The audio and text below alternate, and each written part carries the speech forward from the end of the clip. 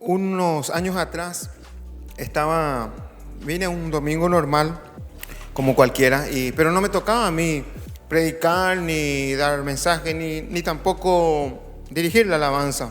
Era un domingo en donde dije yo, bueno, voy a ir a alimentarme en la palabra de Dios. Y vine a la Santa Cena, normal, participamos y al terminar el receso me dice un maestro de escuela dominical, pastor, los niños quieren que participes en su clase hoy porque tienen algunas preguntas que quieren hacerte. Bueno, y que creo que eran los Pumas, no sé, que son niños chiquititos, o sea, hablan ya, ¿verdad? Pero ya tienen clase, tienen tareas. Y bueno, realmente no me preparé para esas preguntas así, a quemarropa. Y una de esas preguntas, fue una niñita en realidad, me preguntó y me dijo, ¿por qué Dios tuvo que usar a hombres para escribir la Biblia? ¿Verdad? Seguramente ella en su mente pequeñita tenía un conflicto de que si hombres escribieron la Biblia, tiene que tener error, ¿verdad? Nosotros no dimensionamos lo que las criaturas piensan. Y Señor, dígelo ya ahí adentro mío, ¿verdad? ¿Cómo le respondo a usted? Tiene que responderle sabiamente, porque una mala respuesta puede atrofiar la fe y la vida de un pequeño. Y mucho más dice, mejor es que te pongas una piedra de molino al cuello y te tires en lo más profundo del lago, del río, del mar, que seas de tropiezo para uno de mis pequeños. Todas esas cosas te vienen a la mente así en fracción de segundo, ¿verdad? Entonces, ahí le pedí sabiduría a Dios y tuve la respuesta correcta. Y le dije, Dios usó a hombres para que nos hablen en el mismo idioma, para que podamos entender. Dios le dictó a hombres para que puedan hablarnos en nuestro lenguaje, con nuestras emociones, con nuestros sentimientos, con nuestras debilidades. Que me hablen personas de piel y hueso, que sufran lo mismo que yo sufro. Y le di el ejemplo de la hormiguita. Le pregunté a la niña, le dije, supongamos que se va una hormiguita y vos ves gente caminando ¿cómo le podés avisar a la hormiguita que si pasa por ahí le van a pisar? ¿Le vas a hablar? No, me dice. ¿Por qué? No me va a entender. ¿Quién le puede avisar a esa hormiguita de que está en peligro? Otra hormiguita. Es impresionante cómo ellos captan la atención. Muchas veces vos le hablas a los adultos, le das ejemplo y se van por las ramas, ¿verdad? Y bueno, de eso mismo de esa misma manera vamos a estar hablando. Dios nos habla con ejemplos.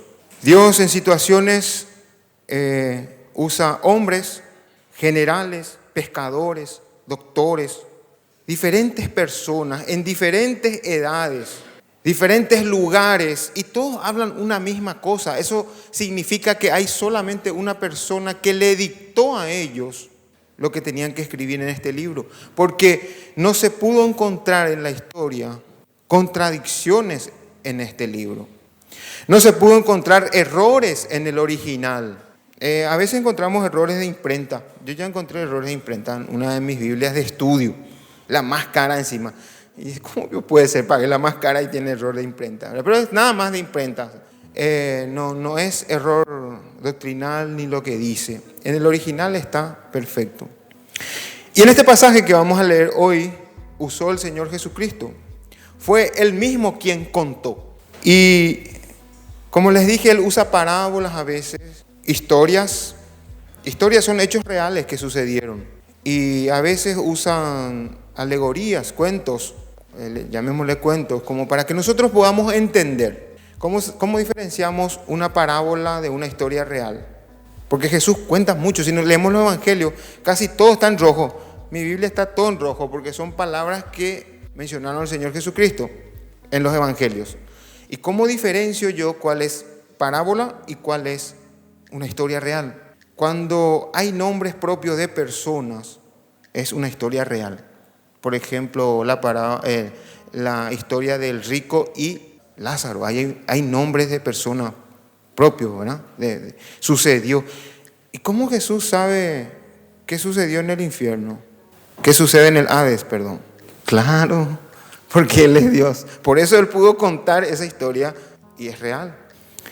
Acá tenemos en Lucas capítulo 15 una historia muy interesante y el tema de hoy que vamos a tratar dice así: la condición en que estoy muestra la condición de mi corazón. Repito, la condición en que estoy muestra la condición de mi corazón.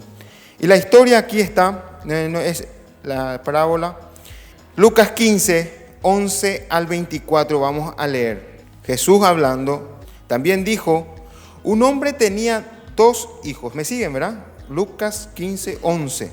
Un hombre tenía 2 hijos, y el menor de ellos dijo a su padre, Padre, dame la parte de los bienes que me corresponde, y les repartió los bienes.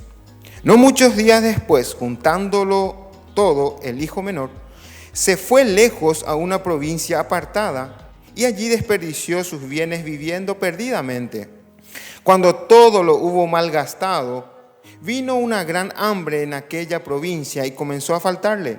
Y fue y se arrimó a uno de los ciudadanos de aquella tierra, el cual le envió a su hacienda para que apacentase cerdos. Y deseaba llenar sus vientres de las algarrobas que comían los cerdos, pero nadie le daba. Volviendo en sí, dijo, ¿cuántos jornaleros en casa de mi padre tienen abundancia de pan, y yo aquí perezco de hambre? Me levantaré e iré a mi padre y le diré, Padre, he pecado contra el cielo y contra ti. Ya no soy digno de ser llamado tu hijo. Hazme como a uno de tus jornaleros. Y levantándose vino a su padre, y cuando aún estaba lejos, lo vio su padre, y fue movido a misericordia, y corrió y se echó sobre su cuello y le besó. Y el hijo le dijo, Padre, he pecado contra el cielo y contra ti, y ya no soy digno de ser llamado tu hijo. Pero el padre dijo a sus siervos, sacad el mejor vestido y vestidle, y ponedle un anillo en su mano y calzado en sus pies, y traed el becerro gordo y matadlo, y comamos y hagamos fiesta. Porque mi hijo muerto era y ha revivido. Se había perdido y es hallado. Y comenzaron a regocijarse. Es impresionante cómo la palabra de Dios, en un relato tan sencillo, tiene tantas enseñanzas para nosotros. Eso solamente puede escribir alguien divino. Aquí podemos encontrar principios para nuestras vidas. Verdades, nos confronta nuestra vida y es una forma para que un niño pueda entender. No hace falta irse a una mega conferencia, a un instituto bíblico, para encontrar los tremendos principios que el Señor nos da para que podamos conocer nuestro corazón. Es impresionante cómo gradualmente este joven descompuso su condición. La condición en que estoy determina la condición de mi corazón. Vamos a ver 3 pasos que afectaron a la vida, a la condición de vida de este hombre. El primer paso fue, y está relatado en el versículo 12, que el joven propuso en su corazón algo. Propuso un negocio, tuvo una idea, pero esa idea era sin Dios, era su idea. Dice el versículo 12, y el menor de ellos dijo a su padre, Padre, dame la parte de los bienes que me corresponde. El primer paso que dio, él estaba pensando una actividad sin Dios, como él quería. No sabemos cuál era su malestar ahí en su casa. Tal vez le molestaba que su padre le ocupe. Tal vez le molestaba, no quería recibir órdenes. No le gustaba estar bajo autoridad. No relata eso, pero podemos deducirlo. No estaba contento el joven. Quería independencia. Él tenía un proyecto. Cuando nuestros proyectos están sin Dios, es el primer paso a la ruina. Hacemos cálculos sin Dios y el enemigo te pinta cuadros hermosos. Perfecto me va a salir este negocio. Voy a prestar tantos millones. ¿Oraste? Voy a hacer esto. ¿Afecta tu comunión con Dios? ¿Te aparta de la casa de Dios? Cálculos sin Dios. Yo nomás calculo, yo nomás creo, yo emprendo ese negocio. Es notable que, y me preocupó así un poco, cómo el padre no pone resistencia. No le dice, mi hijo, ¿qué vas a hacer? ¿Calculaste pico bien? Dice el versículo 12, Padre, dame la parte de los bienes que me corresponde, y le dio su parte. ¿Qué pasó con el padre? Evidentemente el padre ya notó que el joven, que su hijo tenía resuelto este emprendimiento en su corazón. Iba a ser de balde discutir con él. El padre sabía que la lección para su hijo iba a tener un costo económico muy alto. Ahí podemos ver el amor de un padre. Va a dar todos sus bienes por su hijo. El padre vio que el joven ya tenía resuelto en su corazón. Entonces el primer paso es resolver en mi corazón negocios sin Dios, proyectos sin Dios. ¿Con quién me voy a casar? Sin Dios. ¿Qué voy a estudiar? Sin Dios. ¿En qué voy a trabajar? Sin Dios. El segundo paso, y el más triste, es que se apartó. Versículo 13 dice, no muchos días después, o sea, no fue todo al instante. Él recibió su herencia, pero podía continuar viviendo bajo las alas de su padre. Pero no, ¿por qué quiso apartarse? Dice que se fue a una provincia apartada. Qué raro que la palabra de Dios no diga nombres, o se fue a otro país, o se fue, o dice el lugar donde se fue, o se fue a tantos kilómetros. Porque la palabra de Dios no quiere irse por ese lado. Lo que quiere resaltar es que se apartó de su padre. ¿Por qué creen que se quiso apartar este joven? O hagamos una pregunta más autoconfrontada. ¿Por qué muchas veces quiero apartarme de la iglesia, del club de matrimonio? ¿Por qué? Posiblemente este joven, no dice aquí, pero las características. Porque él no tenía ninguna restricción, tenía su parte y vivía ahí. No nos gusta rendir cuentas. Este joven quería hacer lo que se le daba la gana, y así soy yo. No me gusta venir aquí y que hermanos me digan, che, José, ¿cómo eso? Pero está bien, no es bueno que estés así. No me gusta que me marquen. No me gusta la prédica porque me confronta. No quiero irme al club de matrimonios porque a lo mejor tengo problemas en mi matrimonio. Juan 3, creo que es 19 o 20, dice que no quieren venir a la luz para que sus obras no sean reprendidas. Si alguien me busca, está en Juan capítulo 3, entre versículos 18 y 19, no recuerdo bien, pero no quiero perder el contexto. También cuando en el Edén el Señor se presentaba para hablar con Adán y Eva, dice que ellos se escondieron de Dios. ¿Por qué se escondieron de Dios? Si ellos tomaban tereré, hablaban, ¿por qué se escondieron de Dios? Porque sus obras eran malas. Sus obras eran malas. Por eso les digo, la condición en que estoy muestra la condición de mi corazón. Si estoy en una provincia apartada, mi corazón hace rato se apartó del Señor, por malos cálculos que habré hecho en algún momento. Muchas veces no calculamos, no metemos, o calculamos, pero no calculamos del todo, no metemos en nuestro presupuesto problemas externos. ¿Cómo es eso? El versículo, es que me estoy adelantando. Sí, me estoy adelantando. El tercer paso dice, malgastó. Vamos a leer un poco el versículo 14. Y cuando todo lo hubo malgastado, vino una gran hambre en aquella provincia y comenzó a faltarle. Qué interesante que la palabra de Dios cuenta exactamente cómo es. El problema que él pasó no era solamente interno, no era solamente que él malgastó todo lo que tenía, sino que había un problema externo. ¿Cuál era? Externo, que no era suyo. ¿Cuál era? Claro. Muchas veces nosotros no ponemos en nuestro presupuesto que el cambio de gobierno va a afectarme. No ponemos en nuestro presupuesto que el jefe que me llevó se le va a echar. No ponemos en nuestro presupuesto que mi esposa se va a enfermar, o que yo me voy a enfermar, o si tengo hijos, si tengo un hijo se va a enfermar. Hacemos cálculos. A lo mejor este muchacho decía, no, cualquier changa voy a hacer, porque cuando uno se da cuenta cuando tu cuenta bancaria está ya no hay más fondo, ¿verdad? Y mira, tenía 150 millones, ahora tenés 25, pará, hace algo, viejo, con esos 25 por lo menos. Y él dijo, no, va a salir ahora cualquier changuita. ¿Verdad que es así?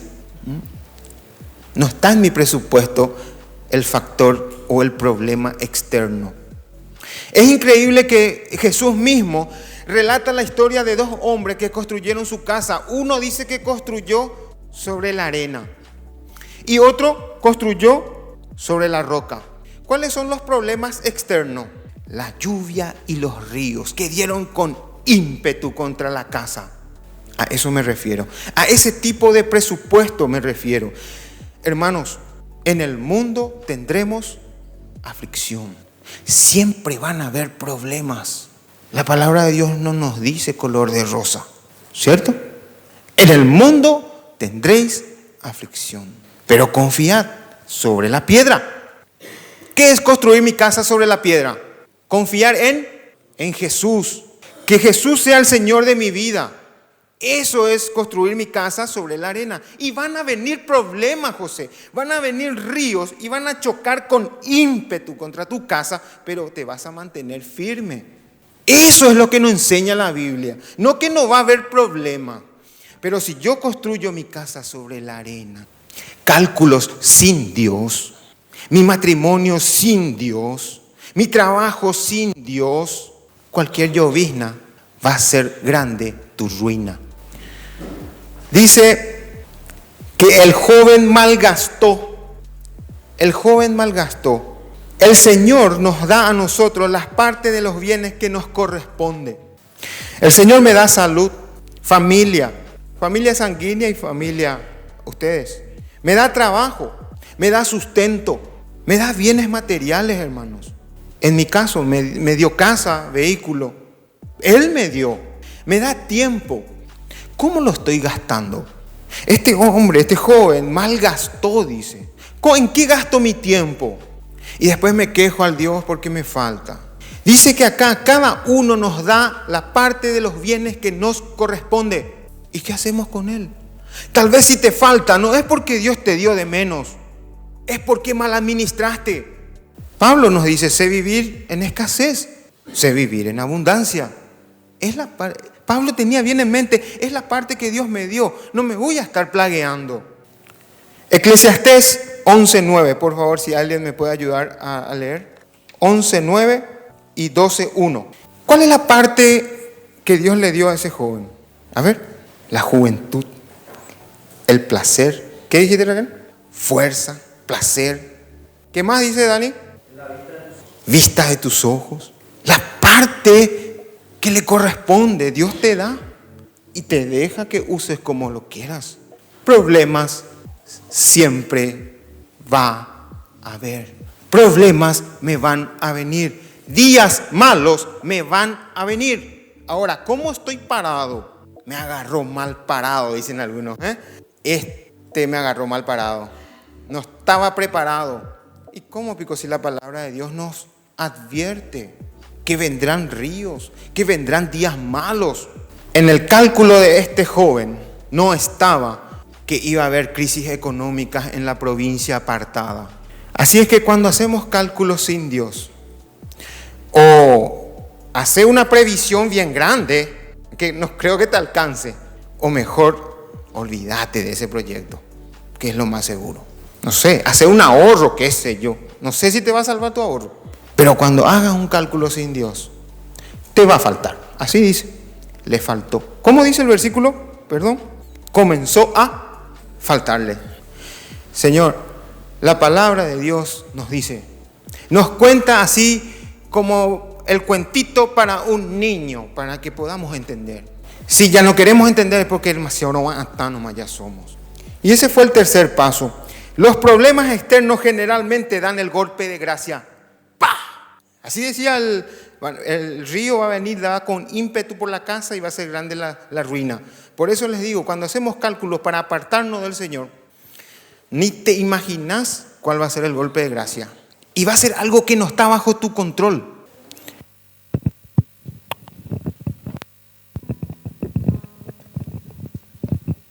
Hola, sí.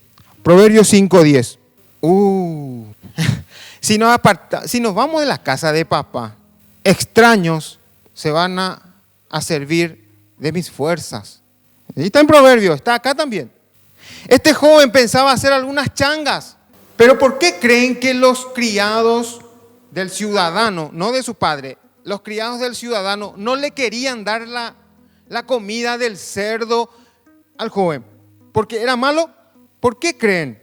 Según lo que relata, dice que había un gran hambre. Le va a faltar al cerdo. Así de cruel es la realidad, señores. Y eso es lo que Satanás no nos muestra cuando nos pinta ese cuadro hermoso. Autosatisfacción, José, qué lindo. Sí, esta vez vas a salir con la tuya. No, ¿sabes con qué la palabra de Dios dice que todo va a ser puesto a luz? Pero vale la pena. Mejor es pedir perdón que pedir permiso. ¿Saben todas las cosas, las antimañas que dice Satanás, verdad? No te cuenta todo. La condición en que estoy muestra la condición de mi corazón. El versículo 17 marca un hito ahí, un cambio de página. ¿Qué dice el versículo 17? ¿Alguien me lee? Frase clave de ese versículo, ¿quién me dice? A ver, muy bien. Esa frase es clave en este pasaje. Para con este joven, no siempre va a ser para conmigo. Volvió en sí. Vieron que la palabra de Dios no dice que el tipo estaba loco al comienzo, pero lo da por hecho, ¿verdad? Volviendo en sí. No estaba en su cabal, parece el tipo, ¿verdad? No calculaba ahí. Claro, eso es lo más estúpido que puede hacer, más o menos, es la forma en que está relatando. Pero ese volviendo en sí fue en un momento clave, hermanos, porque hay puntos o líneas de no retorno. Si este joven tardaba un poco más, podría haber cruzado esa línea de no retorno. Ese que cuando ya la embarraste y ya no hay solución. Solamente que el Señor te lleve. No resta más otra cosa que irte a su presencia. Si es que soy salvo. Pero esto fue clave. Esta reacción de este joven fue a tiempo. Tal vez unos metros antes de la línea de no retorno. Y aprendió la lección el joven. El padre se arriesgó. Pero posiblemente el padre, si le hablaba, el joven no iba a entender. ¿Cuál era el corazón del hijo antes? ¿Soberbia? ¿Sí? ¿Estamos de acuerdo? Soberbia, independencia, egoísmo, y en orgullo entra soberbia, todo eso, ¿verdad? ¿Qué más le podemos poner? ¿Cómo era su corazón? Autosuficiente, claro, egoísta. ¿Cómo estaba su corazón? ¿Cuál era la condición de su corazón? ¿Dónde le llevó esa condición de corazón? A la ruina. Pero en ese punto, antes del no retorno, ¿qué dijo él? ¿Qué reconoció él? Lo que antes vivía. Tal vez no daba gusto, ¿no? Yo no le digo que todo era color de rosa en la casa de su padre. Había cosas que no le gustaban. Me viene el ejemplo cuando le discipulás a una persona y le pedís que memorice versículos. Y no quiere memorizar. ¿Verdad, hermano? Y después cuando tenés que estar acá, tenés que memorizar capítulos. Si el Mitaí acá era soberbio, ¿qué tenía que aguantar allá? Lo que él no aguantaba tenía que aguantar 3 veces más. Vamos a ver el punto de retorno. 3 pasos para retornar. Tenemos 15 minutos. 3 pasos del retorno. Primero en el versículo 18. ¿Alguien me lee? Nuevamente el mismo proceso. Él propuso en su corazón, hizo un cálculo. 1 más 1, 2. Los empleados de papá comen a las 5, a las 8 una media mañana, un sollo, a las 12 asado, a las 5 merienda. Y para ese momento a mí ya me da ¿verdad? Comenzó a hacer sus cálculos y yo acá tengo que, cuando el patrón no está, tengo que robarle la comida al chancho para comer. Calculó, propuso en su corazón volver. Yo no sé en qué situación estás. Yo no sé en qué paso estás. Comenzó a hacer cálculos con Dios. Al principio hizo cálculos sin Dios, ahora hizo un cálculo con Dios. Me iré a la casa de mi padre. Hermanos, acá tal vez hay hermanos que no te caen bien, no te caen en gracia. Hay hermanos que te ofenden, pero estás en la casa de tu padre. Tenés pan, tenés bendiciones, estás seguro. Afuera es terrible. Acá te van a venir también problemas, pero va a ser distinto porque vamos a poder resistir. Y era diferente ya. Comenzó a ver los beneficios de estar en la casa de su padre. Ya no vio más que Argel, que es mi hermano mayor. Mamá vio no le ve lo a otro para ocuparle. Pues antes se llegó mamá, ¿verdad? Cuando le ocupaba. No, yo no sé qué le quebrantaba a él, por qué quería salir, pero algo había, ¿verdad? Él se olvidó de eso. Quiere decir que si yo no le caigo bien a Beto, es dureza. ¿Qué es lo importante? Estar en la casa de mi padre, estar con él. No da gusto, pero hay cosas peores afuera. El primer paso entonces él propuso en su corazón y se fue a pedirle perdón al Padre. Apeló a apelar a su misericordia. Él propuso, todavía no hizo. En el versículo siguiente, 20. ¿Qué dice el 20? Muy bien. Así como al principio él pensó, hizo cálculos sin Dios, después se apartó, ahora él pensó, hizo cálculo con Dios. ¿Y qué hizo? Se fue. No basta solamente con pensar. Es más, no tenés que ni pensar para volver en la casa de Dios. Volvé nomás ya. Urgente. No pienses. Hoy, mañana puede ser el punto de no retorno. Te puedes pasar el 38 por encima. Qué sé yo, el 27 no frenó. Alguien pasó luz roja. No sé. Punto de no retorno. Pongan ustedes la idea que quieran, ¿verdad? Pero punto de no retorno es ya no hay caso.